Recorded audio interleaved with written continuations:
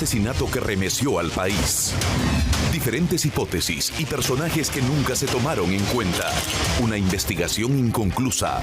Hoy, en Milagros Leiva Entrevista, habla en vivo la madre de Andrea Vidal, ex trabajadora del Congreso que fue acribillada hace más de 4 meses. Hola, buenas noches, bienvenidos al programa. Creo que hoy día todos los peruanos estamos de luto. Ha muerto Mario Vargas Llosa. Es una triste noticia, no solo para quienes hemos leído sus libros, creo que para todos. Y si no han hecho ese ejercicio maravilloso de conocer a Mario a través de sus novelas, de sus ensayos, pues se los recontra mega recomiendo. Un hombre muy disciplinado, muy perseverante, que, como decía su esposa Patricia, y él lo contó en el discurso del Premio Nobel, lo único que sabía era escribir. Lo único que sabía hacer era escribir. Y nos ha regalado novelas, pues, para la inmortalidad, ¿no? Conversación en la Catedral creo que es de lectura obligatoria para todos. Si quieren conocer un poco más de su biografía y de sus avatares políticos, tienen que leer Como pez en el agua. Además, sus novelas han sido llevadas al cine.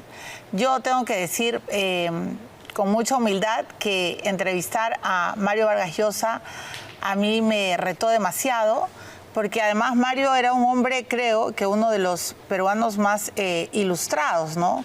Más inteligentes, más leídos. Y en mi vida periodística, y ustedes saben que a mí me encanta entrevistar, he conocido a 2 personajes, diría creo que 3, que me han retado intelectualmente demasiado y por los cuales me he preparado hasta más no poder. Uno ha sido Fernando Belaúnde, el otro ha sido Alan García y, por supuesto, Mario Vargas Llosa.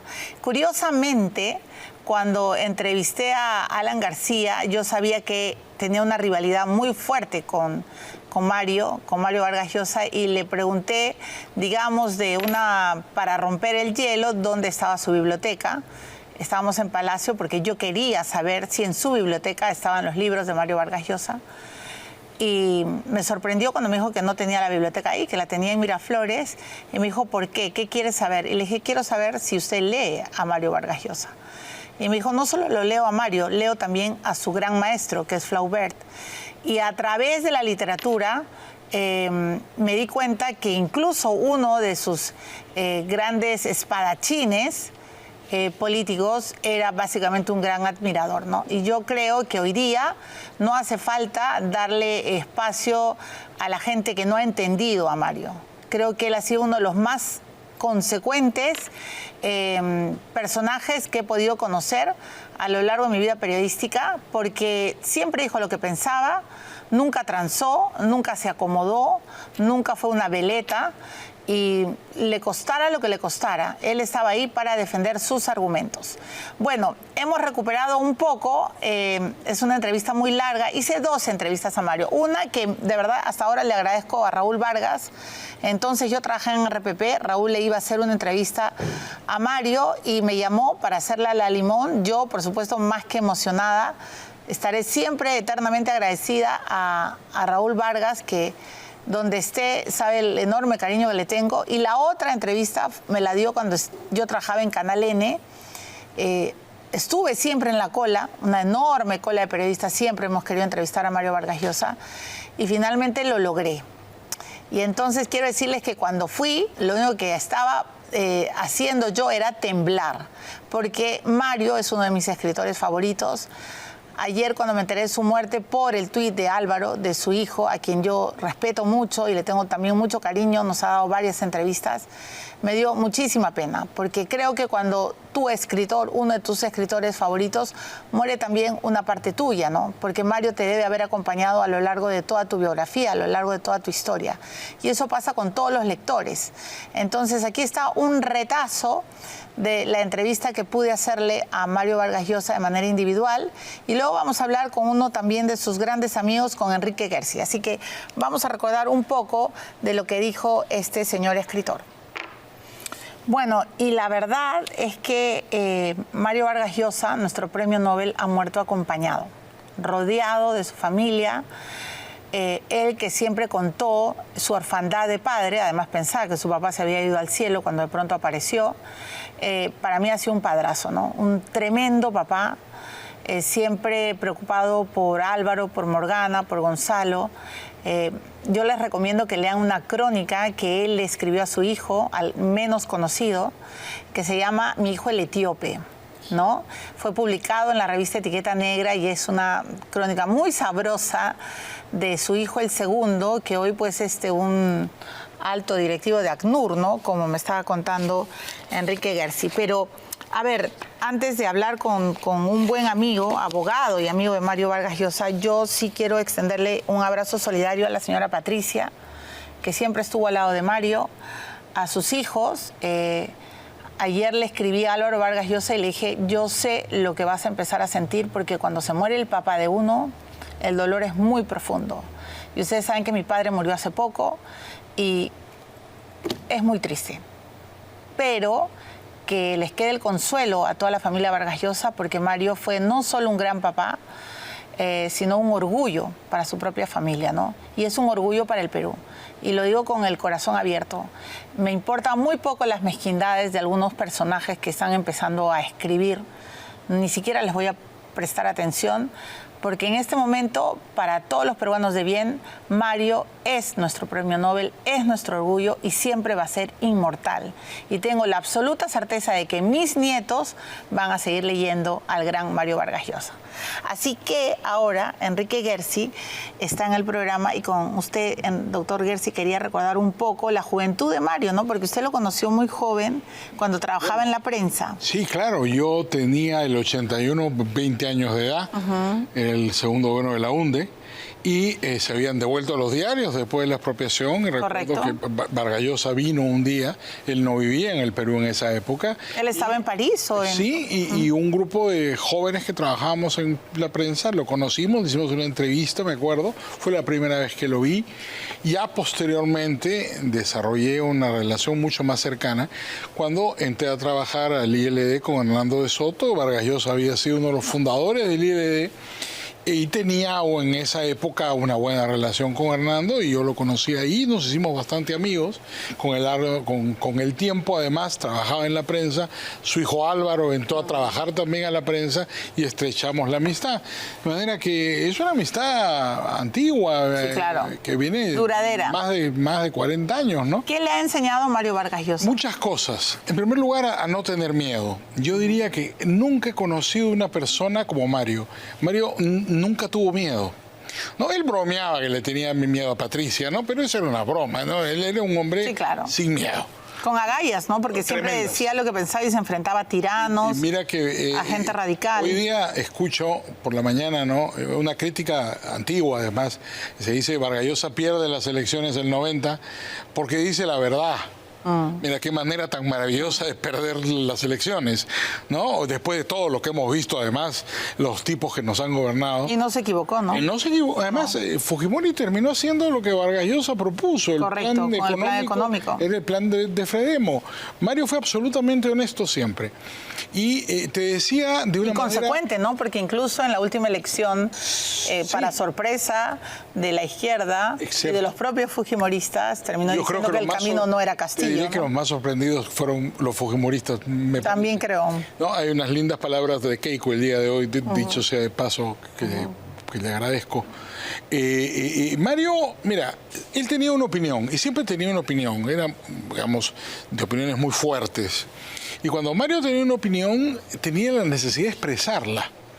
Él no es solamente el escritor que ya trascendió, es el escritor universal, no le pertenece a los peruanos, le pertenece a la humanidad. Correcto. ¿No? La primera página de la BBC hoy día en la mañana tenía un titular que además con la parquedad periodística de la BBC me pareció sorprendente, ¿no? Decía, muere el último monstruo sagrado de la literatura latinoamericana. Uh-huh.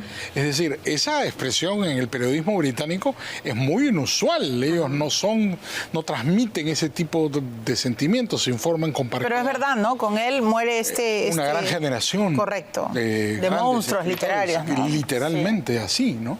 Pero Mario, además de ser un novelista extraordinario, que creo yo ya ganó su lugar para siempre en la historia de la literatura, Mario fue un profesor universitario, le encantaba enseñar, enseñó siempre en grandes universidades, y un intelectual, pero el intelectual comprometido, al estilo de Sartre, ¿no? Su admirado filósofo. Mario siempre consideró que el intelectual no debía guardarse sus opiniones, tenía que expresarlas. Yo me acuerdo la batahola que se armó en México, cuando, invitado por Octavio Paz, habló de la dictadura perfecta. La famosa frase, en pleno PRI, sí, cuando claro. el PRI era de verdad, ¿no? Cuando era poderoso, ¿no? Y Mario lanzó aquella frase absolutamente caracterizadora, además del régimen, de la dictadura perfecta, ¿no? México es la dictadura perfecta. Y lo era, ¿no? El PRI era la dictadura perfecta. Sin duda. Pero él supo conceptualizar lo que todos pensaban, ¿no? Es que él tenía la capacidad, por su gran habilidad literaria de escritor, ¿no es cierto?, de poder en una frase lanzar un concepto sumamente complejo. Y lo que él quiso decir lo sintetizó de una manera admirable. Lo hizo muchas veces, tenía estas frases fulminantes. Así era Mario. No hacía concesiones, a él no le importaban los intereses, a él le importaban los principios. Si he conocido, y el Perú creo que lo que debe valorizar en él, además de su obra enorme literaria, es a un hombre que actuó por principio. Sí, claro, y además que demostró un enorme amor por el Perú. En un país donde la gente no suele tener principios. Sí, y veletas que cambian mientras sopla muy llamativo la elección. Ver a una persona que actuó única y exclusivamente por sus principios. Alguna gente un hombre consecuente, ¿verdad, doctor? Puede haberse equivocado, era humano, pero no importa. Él creía una cosa, la defendió a rajatabla y no hacía concesiones. En eso era bien arequipeño, ¿no es cierto? Era duro, valiente. Mira, Mario realmente ha sido un personaje fantástico en la historia del Perú. Y, digamos, alguna anécdota de su amistad con él, que siempre la va a recordar. Y que siempre cuando se juntaban, no sé, hoy día usted ha estado en este velorio tan privado, hasta hace unos minutos, sí. Mira, Mario le encantaba contar una historia, ¿no? Decía que mi chiquita cabeza, le había salvado la vida. Y hasta lo llegó a poner en El pez en el agua. Fue una anécdota real. Estábamos en plena campaña electoral y caminábamos por la Victoria, estábamos en la parada. Y alguien tiró una piedra, pues entonces los guardaespaldas tenían una técnica que consistía en saltar y desviar las piedras, pero una pasó y me dio a mí. Entonces, me dio a mí, claro, Mario se reía, siempre decía, bueno, me ha salvado la vida. Claro, yo quedé groggy, totalmente knockout de la pedrada que me cayó en la cabeza. Y Mario decía que yo me había interpuesto deliberadamente para salvarle la vida. Era una historia que le encantaba contar. Divertida, pero claro, después de que me pasó. Después del dolor, claro. Ahora, siempre está esta pregunta de qué hubiera pasado con el Perú si Mario hubiera sido elegido y no Alberto Fujimori. ¿Tiene respuesta para eso? Yo creo que sí. Mira, la política económica que aplicó fue la misma. Yo creo que Abimael Guzmán iba a caer igual. Recordemos que los últimos días del gobierno de Alan García casi cae Abimael. La policía estuvo a punto de atraparlo. La tortilla estaba hasta caliente cuando llegó la policía y Abimael se escapó. ¿Te acuerdas de la monja esta que lo tenía en su custodia y luego pasó donde Marisa Garrido Leca? Y yo creo que probablemente Mario, como lo anunció, me acuerdo en su famoso discurso de cierre de campaña del año 90, prometía ser un presidente tumultuoso, ¿no? Probablemente lo hubiera sido, porque Mario se hubiera involucrado directa y personalmente en muy diferentes cosas, pero que la revolución liberal se hubiera hecho sin duda. Y te digo algo que hoy día creo que tiene plena actualidad. Mario fue un precursor 40 años antes de lo que Javier Milei dice hoy día en Argentina, ¿no es cierto? Claro, sin la motosierra, porque para ellos es un respetuoso, era un respetuoso absoluto de las formas y el Estado de Derecho. Y de los derechos humanos, ¿no? Sin duda. Sí, claro. Pero, claro, la reducción del Estado, la desregulación, las cosas que se están haciendo en Argentina, es la receta que Mario propuso para el Perú hace 40 años. Yo creo que no hubiera habido golpe, por supuesto, del 5 de abril, eso era impensable en la cabeza de Vargas Llosa, si hubiera terminado el terrorismo. No hubiera habido reelección. De ninguna manera, y muy probablemente con el enorme prestigio que ya en ese momento, pese a no ser Nobel, ya era un personaje muy importante a nivel internacional, la inversión extranjera hubiera venido tal vez en mayor cantidad y más rápidamente. El resultado sería básicamente en el mismo sentido, en el mismo camino. Probablemente al Perú le hubiera ido económica y socialmente mejor, con algunas turbulencias, porque ciertamente, digamos, el APRA tenía una relación adversa con él en ese momento.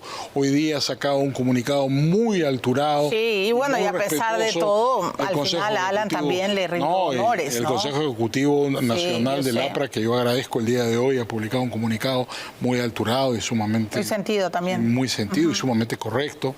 No, Mario fue un gran personaje, apasionado, creía en sus cosas, peleaba por sus cosas, nunca se quedó callado, aunque no le conviniera, pero él creía que eso estaba... Y eso es lo que uno tiene que elogiar, la gente que muere de pie.